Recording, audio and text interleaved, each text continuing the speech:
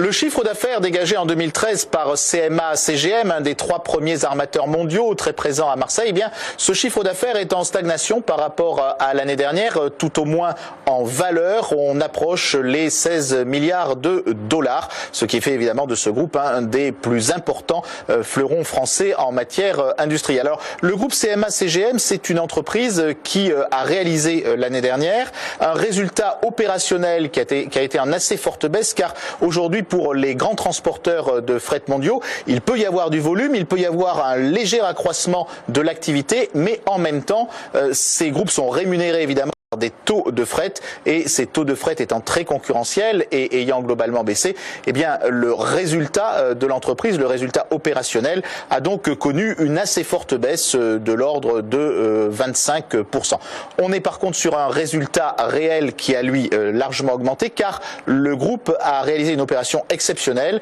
la vente de 49% d'un terminal à un opérateur chinois. Et puis pour l'avenir, il y a ce qui est assez rare dans le domaine de l'économie mondiale,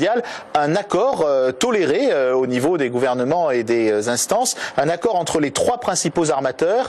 pour avoir une meilleure occupation des routes maritimes et surtout pour avoir une meilleure rentabilité de leurs opérations en remplissant mieux leurs porte-conteneurs, qui sont évidemment des navires géants et qui ont besoin d'avoir un taux de remplissage optimal pour qu'il y ait une bonne rentabilité de leurs activités. C'est ce qu'on appelle le programme P3 qui devrait être mis en place très rapidement maintenant.